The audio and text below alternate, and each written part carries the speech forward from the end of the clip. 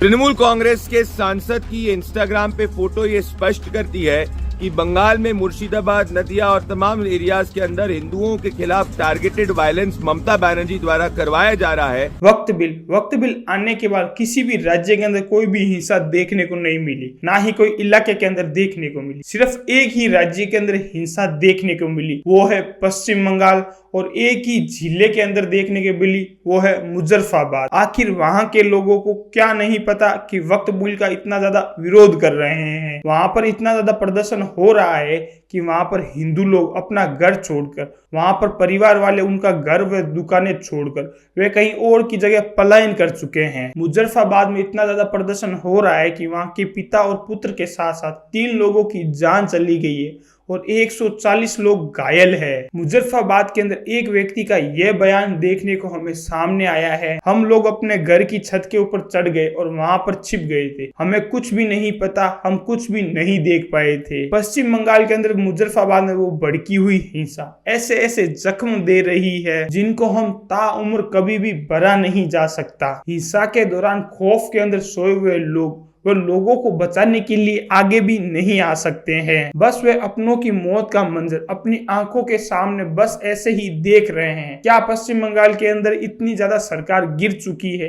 क्या ममता बनर्जी को ये सब चीजें दिख नहीं पा रही है? बंगाल के हरगोविंद दास ने यह बात बोली है कि शुक्रवार के दिन 300 से 400 लोग मेरे अचानक घर के अंदर घुस चुके थे। उन्होंने मेरे घर व दुकानों पर लगातार हमला किया था, वहां पर पत्थरबाजी की थी, वहां बाहर पड़ी गाड़ियों को उन्होंने जला दिया था, बाप और बेटे को दोनों को घसीट कर बाहर लाया गया, उनको बेरहमी से मारा गया था और उनका जबकि कोई कसूर भी नहीं था। और उनकी बेरहमी से पिटाई करने के बाद कुछ ही घंटों में उन दोनों की मौत हो चुकी थी। वहीं चंदन के भतीजे प्रेमदास ने अपना सारा दर्द मीडिया के सामने रखा गया था और सरकार से यही अपील की गई है, जिन लोगों ने ये काम किया है उनको कड़ी से कड़ी सजा मिले। लेकिन ममता बनर्जी की वो सरकार है जिनकी आंखों के ऊपर काली पट्टी बंधी हुई है, वो ये भी नहीं देख पा रही है कि क्या क्या लोगों के साथ बुरा किया गया और क्या क्या हो रहा है।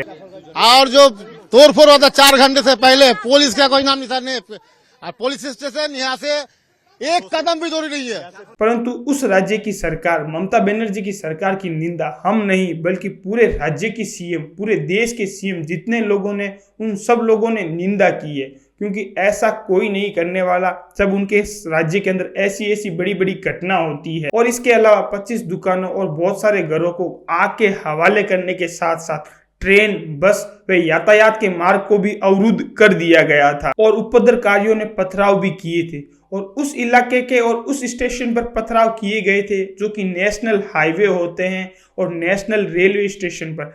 ऐसे ऐसे जगहों पर उन्होंने पथराव किए जो कि काफी ज्यादा गलत है और हिंसा इनको भड़काने का काम करती है। न्यायमूर्ति सोमेन सिंह की अध्यक्षता वाली खंडपीठ ने यह बात बोली है कि जब ऐसे हालात पैदा हो जाते हैं तब कानून को अपनी आंख बंद कर मूंद कर नहीं बैठना चाहिए। आम लोगों की सुरक्षा को पर्याप्त ध्यान में रखते हुए उन पर बल देना चाहिए। अदालत के अंदर 17 अप्रैल की सुनवाई के दौरान इन सारे लोगों को इकट्ठा कर जेल में डाल देना चाहिए। मुजफ्फराबाद के अंदर अब ये हिंसा जो फैली है, जिसके अंदर 4 लोग मारे गए थे और 138 लोग घायल हुए थे, अब इसकी जिम्मेदारी कौन लेगा? क्या ममता बनर्जी की सरकार इसकी जिम्मेदारी लेगी, जिन्होंने मौके के ऊपर पुलिस को सही प्रबंध नहीं किया गया था? कुछ लोगों ने तो यह तक ट्वीट किया है कि आपके राज्य के अंदर जब कानून व्यवस्था ही सही नहीं है, लोगों को सुरक्षा ही नहीं करवा सकते, तो आप किस राज्य की मुख्यमंत्री हुए? फिर आपको मुख्यमंत्री रहने का कोई अधिकार नहीं है, क्योंकि जो व्यक्ति अपने राज्य के अंदर कानून व्यवस्था को ठीक नहीं कर सकता और जो व्यक्ति अपने कानून व्यवस्था के साथ खिलवाड़ करता है उसको मुख्यमंत्री बनने का लायक भी नहीं है। जो व्यक्ति कानून व्यवस्था को ठीक नहीं कर सकता तो उससे आगे की क्या उम्मीद लगाई जा सकती है कि वो उस राज्य का भला करेगा? और वहीं ये वक्त बिल सभी के लिए आया गया है, यहाँ पर गरीब मुसलमानों के लिए भी ये वक्त बिल काफी ज्यादा फायदेमंद रहने वाला है। इसलिए आप किसी भी फेक न्यूज के चक्रों में ना आइए और किसी भी नेता लोगों के संपर्क में ना आइए जो आपको भड़का देते हैं। आप अपने खुद की बुद्धि और सूझबूझ का इस्तेमाल करें और इसी तरीके से अपना प्यार बनाए रखें। जय हिंद, जय भारत।